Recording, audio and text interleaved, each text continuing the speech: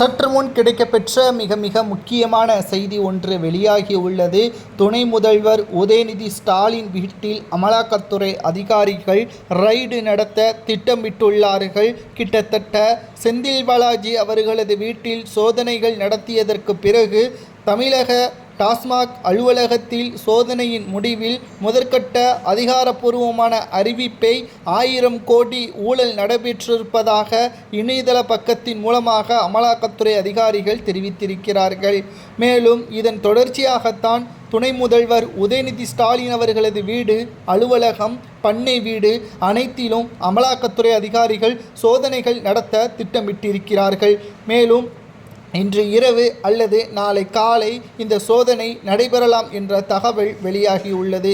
மேலும் இந்த சோதனைக்கு பிறகு நிச்சயம் திமுக அதிகாரப்பூர்வமான அமலாக்கத்துறை அதிகாரிகள் ரைடை பற்றி தெரிவிக்கவில்லை என்றால் 2026 சட்டமன்ற தேர்தலின் பொழுது ஒன்று திமுகவின் கூட்டணி உடையும், இல்லை என்றால் திமுக மிகப்பெரிய தோல்வியை தழுவும் என்ற தகவலையும் நாம் உறுதிப்படுத்துகிறோம்.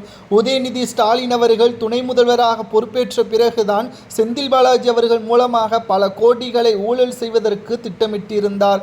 ஏனென்றால் நன்றாக கவனித்து பார்க்கலாம், அமைச்சராக செந்தில் பாலாஜி அவர்கள் இருந்தபொழுது சிறைக்கு சென்றார். மேலும் அப்போதுதான் செந்தில் பாலாஜி அவர்களைப் போல அமைச்சராக உதயநிதியும் இருந்தார். இன்றைக்கு 15 மாதங்களுக்கு பிறகு சிறையிலிருந்து செந்தில் பாலாஜி அவர்கள் வெளியே வந்தாரோ அதே நேரத்தில் தான் துணை முதல்வராக உதயநிதி ஸ்டாலின் அவர்கள் பொறுப்பேற்றார். அமைச்சராக மீண்டும் செந்தில் பாலாஜி அவர்கள் பொறுப்பேற்றார். இவர்கள் இருவருக்கும் இருக்கக்கூடிய உறவு என்பது தொழில் ரீதியாக பெரும் லாபம் அடைய வேண்டும், மக்களுக்கு பயனடையக்கூடிய வகையில் ஏதெல்லாம் இருக்கிறதோ அதை வைத்து அரசியல் செய்ய வேண்டும். அதிகாரப்பூர்வமான அறிவிப்புகளை தான் நாம் பார்த்து கொண்டிருக்கிறோம். மின்சாரத்துறையை பொறுத்தளவிற்கு மாதம் மின்கட்டணம் என்ற முறையே அமலுக்கு கொண்டு வருவோம் என்று வாக்குறுதி கொடுத்துதான் திமுக ஆட்சிக்கு வந்தது. ஆனால் இப்பொழுதும் 2 மாதத்திற்கு ஒரு முறை மின்கட்டணம் வசூலிக்கப்படுகிறது.